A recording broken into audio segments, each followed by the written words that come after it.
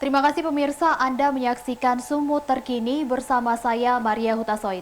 Pemirsa, pasca ditemukannya 17 warga desa Tanjung Hataran, Kecamatan Bandar Huluan positif COVID-19, tim gugus tugas percepatan penanganan COVID-19 Kabupaten Simalungun kembali menemukan klaster baru. Untuk mengetahui situasi terkini, kita telah terhubung langsung dengan Ketua Gugus Tugas COVID-19 Simalungun, Bapak JR Saragi. Halo, selamat siang Pak. Selamat siang, Bu Maria. Baik, Pak, kita mendapat informasi adanya klaster baru COVID-19 di Desa Tanjung Hataran, Kecamatan Bandar Huluan. Bagaimana situasi terkini di sana, Pak? Saat ini kita sudah menemukan 22 orang positif COVID dari hasil swab di daerah itu Tanjung Hataran. Dan mulai hari ini kita sudah siapkan juga dapur umum. Jadi memang kita agak serius untuk penanganan di Tanjung Hataran ini. Kenapa? Karena masih ada juga hasil swabnya sekitar 9 orang lagi yang belum keluar. Tapi sekarang sudah 22 yang sudah keluar hasil swabnya. Dengan jumlah penduduk kakaknya di sana hanya 300-an kakak. Tentu kita sangat mengagetkan di daerah Tanjung Hataran ini ya. Untuk itu kami dari pemerintah, ketua tim gugus tugas, wakil ketua, Padandu Pak Kapolres, tim kesehatan sangat serius untuk memberikan perhatian ke Tanjung Hataran ini. Hari ini kami sedang mempersiapkan dapur umum, tim kesehatan, bagaimana untuk membuat portal supaya orang nggak bisa masuk, keluar masuk tidak menjadi bebas, sehingga namun dalam kegiatan-kegiatan khusus di Naguri itu kita tetap mempersilahkan mereka, yang penting mereka tidak keluar masuk. Kenapa? Karena menurut pengamatan kami bahwa sesungguhnya masyarakat yang ada di situ itu sudah kena semua, cuman kebetulan imunnya yang pada saat ini kurang fit, maka ditemukanlah dengan 22 orang itu dan masih ada 9 swab lagi yang belum keluar. Baik, lalu Pak, apa langkah yang dilakukan tim gugus tugas COVID-19 Simalungun dengan adanya penemuan klaster baru ini, Pak? Tentu kami akan mencoba menganalisa potensi-potensi mana aja yang bisa berkembang. Dan ini sekarang sudah mulai kami buat pembatasan seperti portal seperti itu ya, supaya dia tidak menyebar di Kabupaten Simalungun. Contohnya dari 22 orang ini dia kontak kepada siapa aja, pernah bertemu siapa, kontaknya terakhir kepada siapa. Ini terus kami pantau sehingga harapan kita tidak terlalu jauh yang bisa kontak dengan mereka. Tapi semua ini yang sedang kami berupaya sekarang ini bagaimana memutus mata rantai, terutama orang-orang yang ada di dalam. Di sana kita sangat mengetahui bahwa kehidupan masyarakatnya di situ itu sangat menjemuk.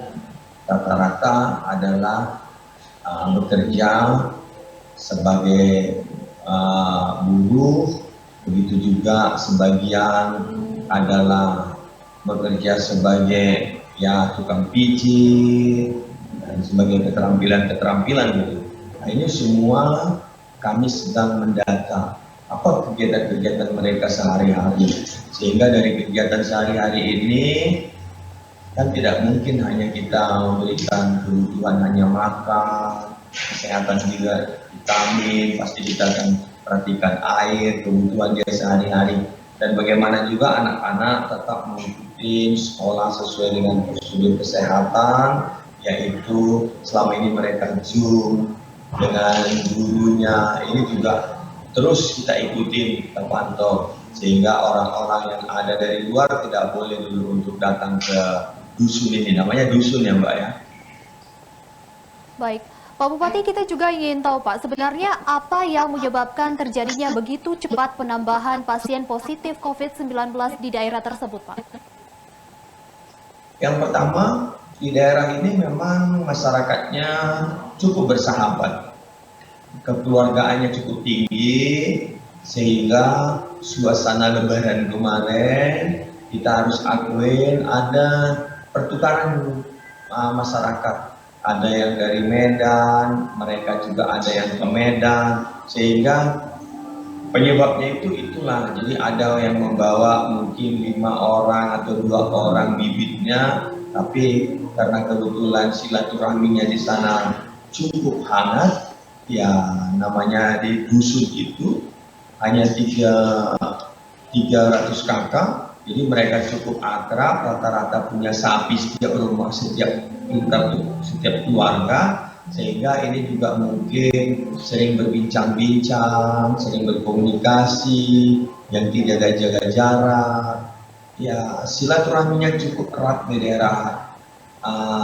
di daerah khusus dusun ini. Jadi itulah yang membuat mereka cepat sekali menyebar, Mbak. Baik, lalu Pak, apa ada kendala yang dihadapi dalam upaya melakukan rapid test maupun evakuasi warga yang positif COVID-19 di sana, Pak? Yang pertama kendala kita pengen kejujuran masyarakat. Karena kalau masyarakatnya tidak jujur, tentu kita tidak punya data. Kemana dia terakhir, siapa teman dia berkomunikasi.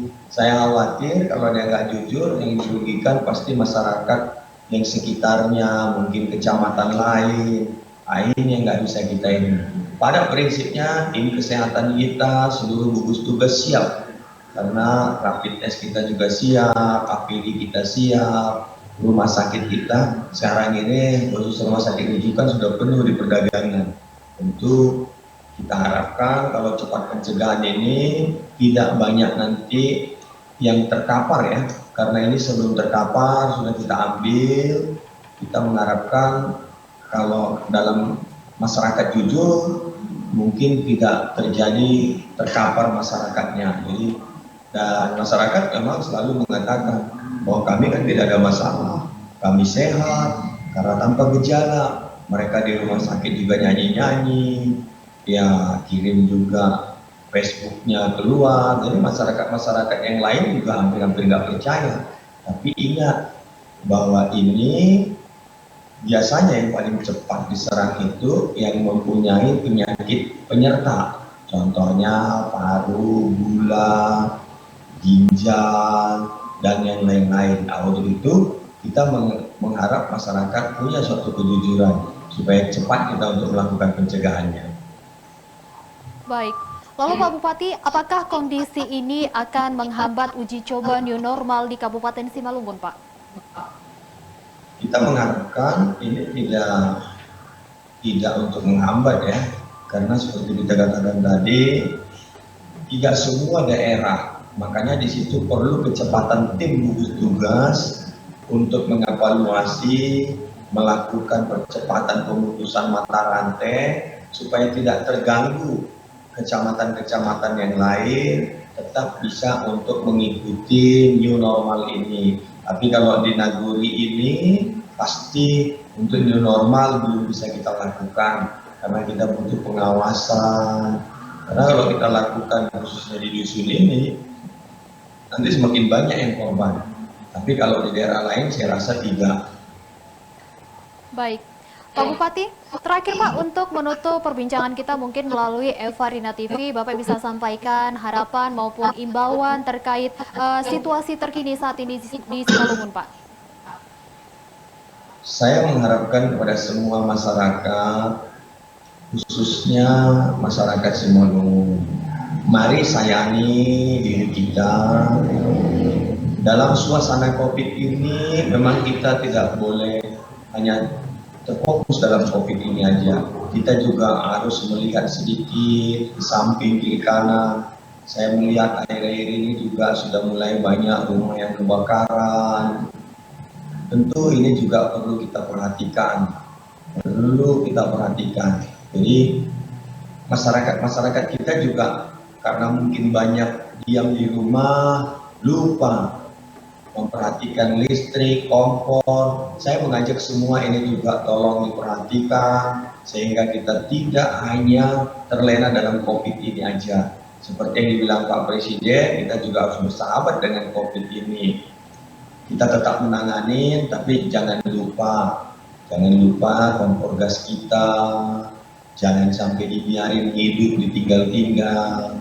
Seperti kemarin, tadi jam 6, kita mendapatkan juga rumah yang terbakar, 8 rumah, khususnya di Purba. Nah, ini kan sudah jam 6 pagi, berarti ada apa? Ini juga perlu kita. Dan saya juga mengajak kepada semua orang tua, masyarakat ya, tolong jaga anak-anak kita. Karena akhir-akhir ini ngetren juga kasus memperkosa. Kita mendapatkan di Simalungun itu ada 2 kasus yang sangat menonjol, umur 13 tahun sama 15 tahun diperkosa. Ini juga perlu, yang semua ini, yang satu anak yang kurang ini ya, jadi kurang kesehatannya. Yang satu lagi memang kondisi orang tuanya juga kurang sehat, dimanfaatkan dengan orang lain. Untuk itu mari kita sama-sama saling menjaga tetangga, sama-sama tetangga, menahan diri. Jangan gara-gara COVID ini kita terlena, akhirnya yang lain-lain tidak kita perhatikan. Anak-anak kita tetap kita jagain, kita awasi. Mereka yang belajar di rumah sudah jenuh, tapi orang tua harus bisa memberikan semangat kepada anak-anak, sehingga anak-anaknya tidak membuat pelampiasan kepada teman-teman. Baik.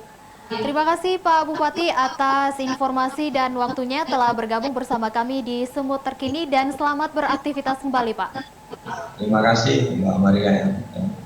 Baik, demikian pemirsa informasi yang dapat kami sampaikan langsung bersama Bapak Bupati Simalungun JR Saragi. Tetap saksikan Sumut Terkini, saya Maria Hutasoy, terima kasih, sampai jumpa.